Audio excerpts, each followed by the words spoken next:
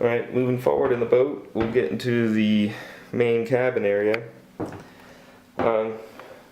This bulkhead that is on the other side, or on the aft side of the head, was replaced, as I mentioned, along with all these other bulkheads. This was the main bulkhead, so it was a pretty important job to get right. And it was tricky because to remove it, we had to cut it in two pieces just to get it out of the hatch. It wasn't, the hatch isn't big enough to fit that full bulkhead in. I guess they put it in before they installed the cabin top, or they are just a lot more clever than I am in terms of getting it in here. So we pulled it out and cut it in half, and I was able to retain the tabbing, about an inch of it hanging from the cabin top. It just separated from the bulkhead, and I was able to slide it out. So having that tabbing in there, which just was 3/4 inches thick and 2 layers of fiberglass, one on each side, I was able to cut the new bulkhead using what was left of the old one, and have the two pieces just slide back into that tab slot at the top, and it fit right in its old space. The previous bulkhead was completely rotted away under here on in the aft side of it, or the port side of it, and it just was not salvageable. I faired it down in the middle, and you can kind of see where the two boards join, but it's a decent job of hiding it. Attached to the bulkhead, and it slots into this section of the bulkhead with a groove, is the compression post that goes from the cabin top to the bottom, and below the floor there is the compression post that carries from the bottom of this post to the keel. So this post is made of white oak, and the one that was on the boat, much like everything else, had a lot of rot in it, and it was splitting where it was laminated together.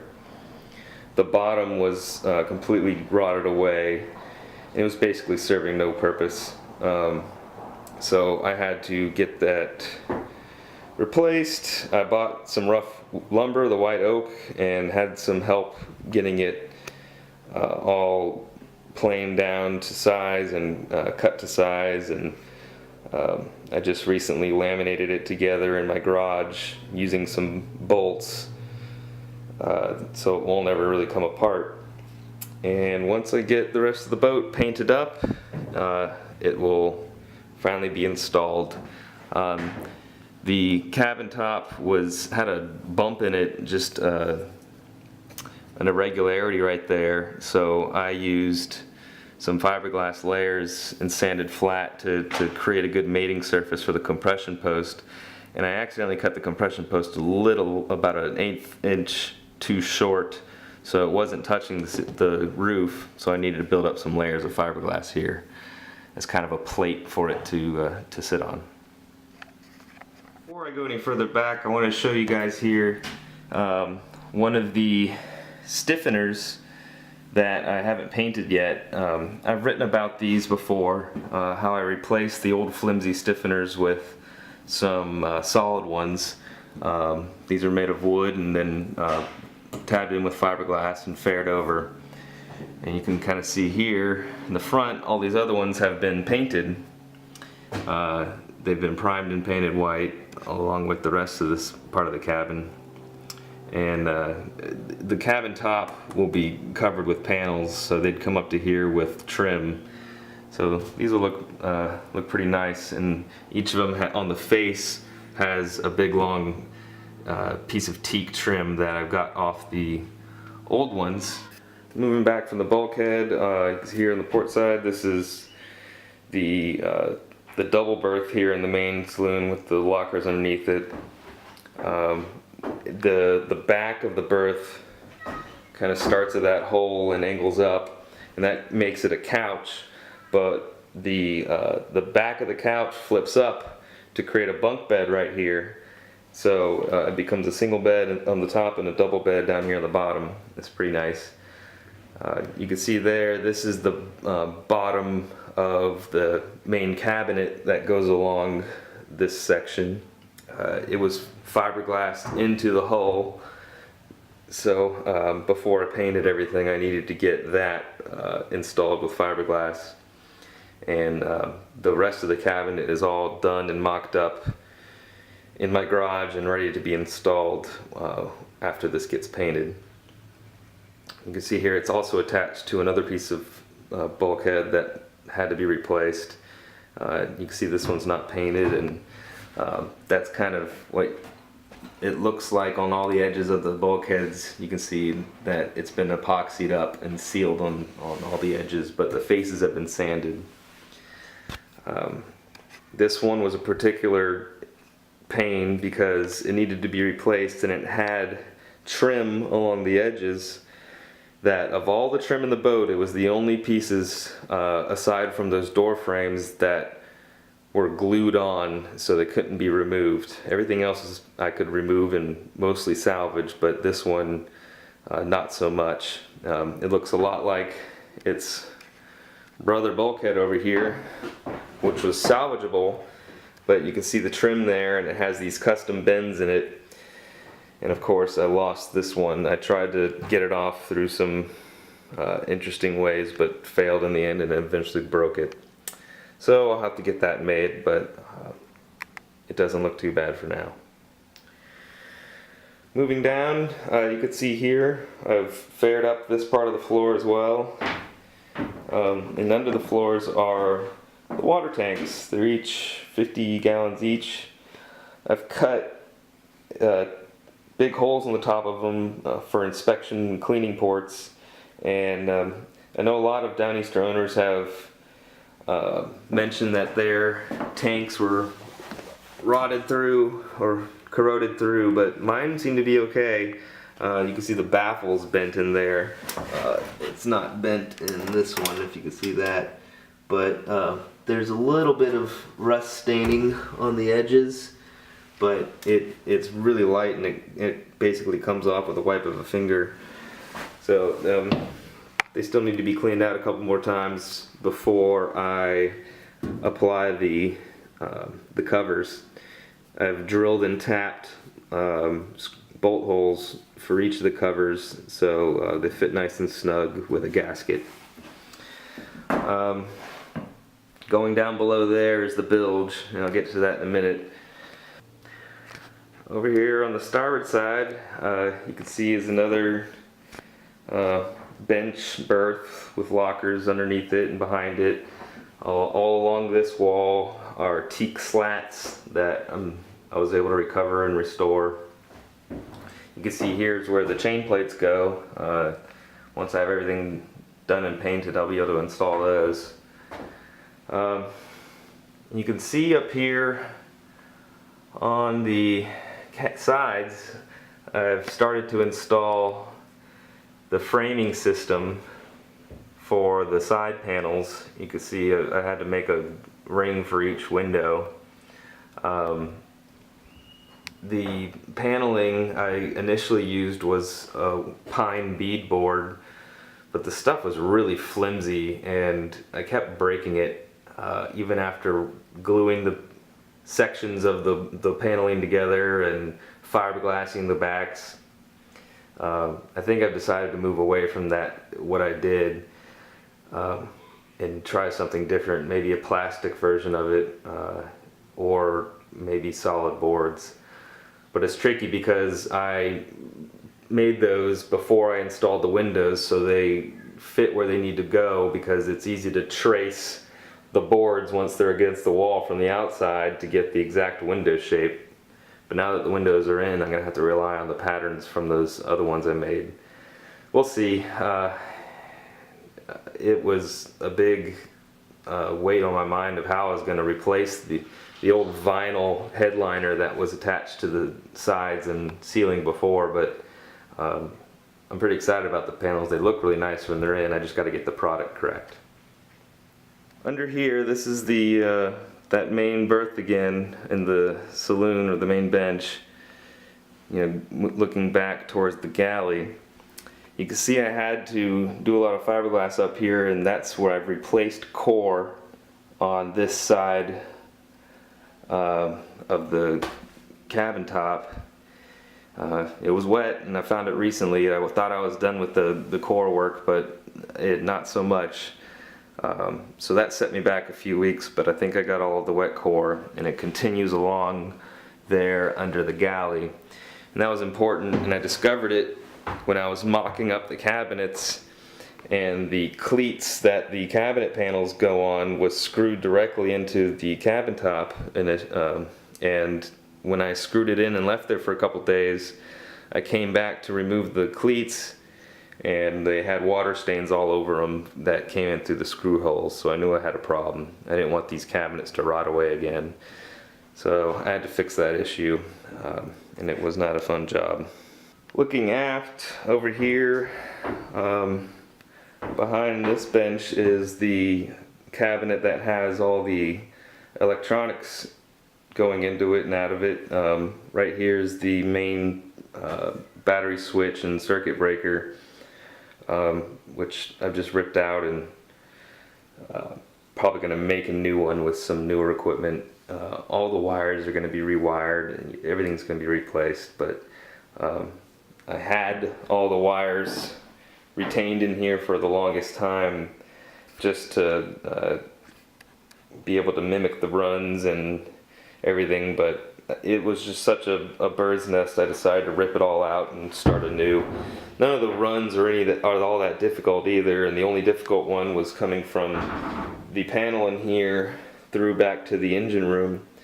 But I cut myself a hole right here that'll be hidden by the floors to be able to access that run better, so that's no longer an issue. This is where the navigation desk goes, which of course it's not there. It's in my garage waiting to be restored, but that will be a project. You can see drain hoses from the deck trains. As I've mentioned a couple times before, these deck trains used to be higher, basically making this pipe straight, and it drained very poorly because of that, so I moved them down. Right here used to have that hole in it, but it's been fiberglassed up, and I cut new ones down there. Back here is more cabinets and bookshelves that I need to remake. The big old locker down here below the start of the quarter berth. That's basically the end of the starboard side of the cabin, back there into the quarter berth with more storage, and someone can sleep there, or we can throw a bunch of junk in there. Who knows what we'll do. Over here on the galley side, you can see here, this is where the sink goes, and below that is the beginning of the bilge down there. I'm gonna fill in that hole, which used to have the paddle wheel speed transducer, but I'm going to a triducer, or even not going to use a paddle wheel. I don't know yet, but I'm getting rid of that hole, and that's the sink drain next to it. That hose comes from one of the ice boxes and drains into the bilge. You can see over here there's some holes that I've glassed in and faired over, and those used to hold the bilge pump switches and high water alarm. And it was a strange setup, bolted to a 2x4 that was bolted to this wall right here. It went down into the bilge and held the bilge pump float switches, which were wired in over here with the switches over here, but the bilge pumps were all the way back there, and it made for some weird wire runs, and I didn't like it. I'm going to move the switches back here, probably on that bulkhead, or maybe back here, but they'll be closer to the bilge pumps themselves. And I just wanted the float switches in the same spot as the pumps, so that's why I made that change. To the left of the sink is some sort of compartment. It has a lid with a wooden cutting board on it. I'm not sure what that is. I think it's a trash can, but I could be wrong. If any Downeaster owner or boat owner knows what the heck it's for, please let me know. I think it's insulated, I'm not too sure, but you can see some repairs here. I've still got to paint this and the ice boxes. I'll be using a 2-part paint for that, so it cures up nice and won't continue to release solvent into the air once it's done and painted. But you can see here was the freezer. It's just the smaller of the 2 ice boxes. Here's the big one. I may or may not install a refrigerator system using these boxes.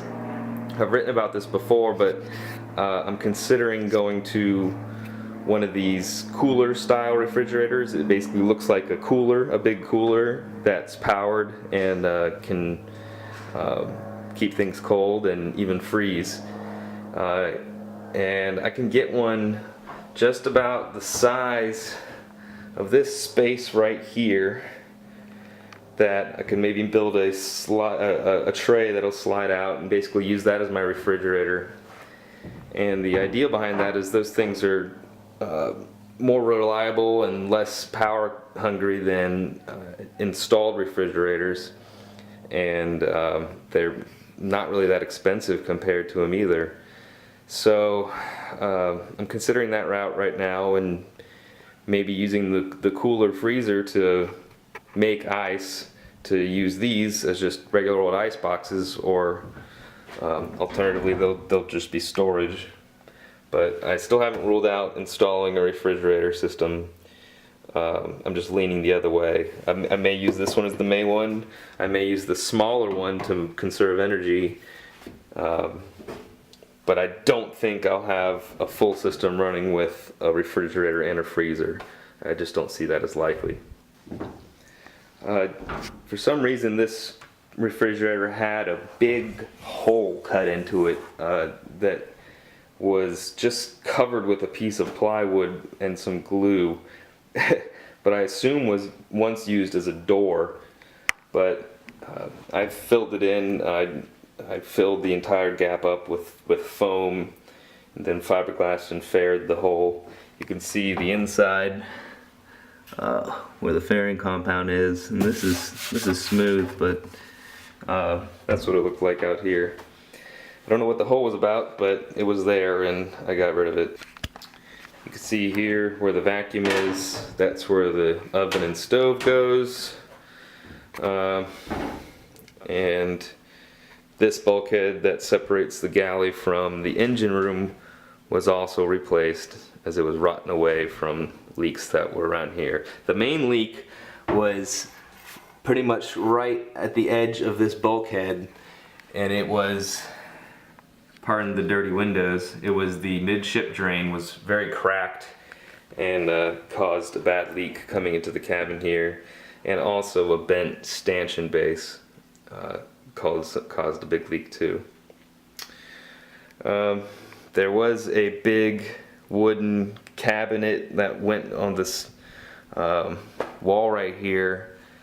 It was kind of scary because it had a sharp edge, and if you fell over and hit your head on that, that could be lethal. So I don't know if I'm going to reinstall it, but if I do, I'll definitely protect that edge some more. Moving on, this section of floor, which is right underneath the hatch, I'm not fairing because I'm not going to be using the vinyl flooring, at least attached to this floor. It'll be attached to a plywood substrate. I need that because I need the false floor here to access the fuel tank, which if I pull up here, you can see I had cut big holes into and tapped and drilled for inspection plates.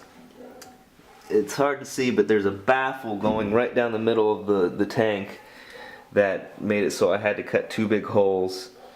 And the fuel tank was absolutely disgusting and covered with gunk, probably a good ½ inch thick on every single surface.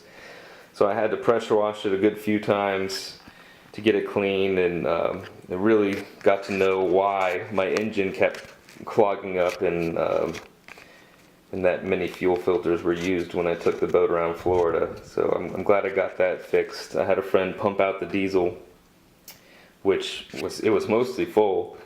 He took all the old diesel, and I pretty much cleaned the heck out of it in every nook and cranny.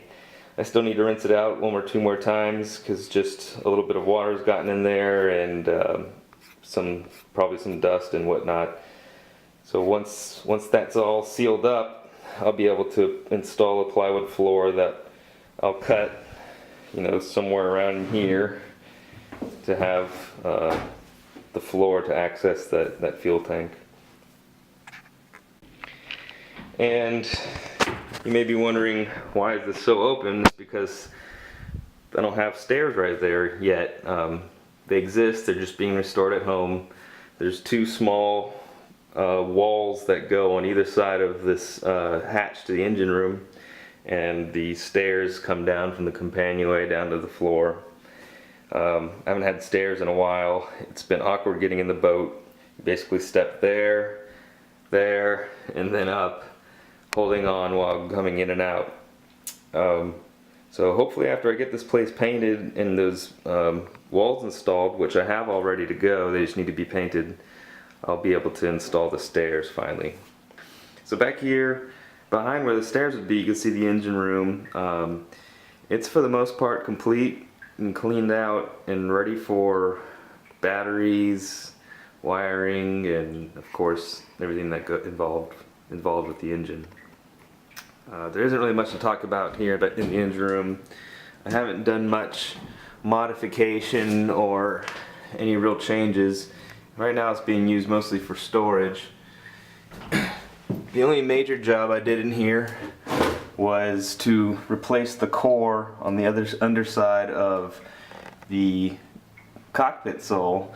You can kind of see where I've done some fiberglass work right there. And that's because at one point when I was disassembling this room, there was a dome light right here that was just screwed into the core. That was the engine room light. I unscrewed it and I saw a torrent of water pour out of the screw holes for a good 5 minutes straight. This entire cockpit sole was completely waterlogged and soaked. So I had to do some work, a lot of work. I tore out the entire layer of core from underneath here in the engine room and then re-glassed it in.